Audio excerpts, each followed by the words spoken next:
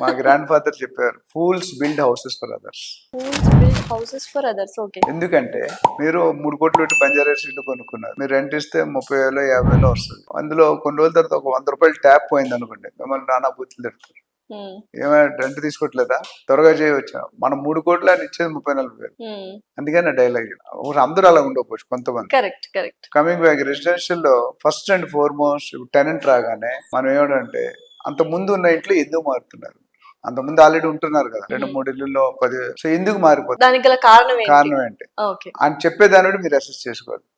It's a makeup answer or right readymade answer. Okay.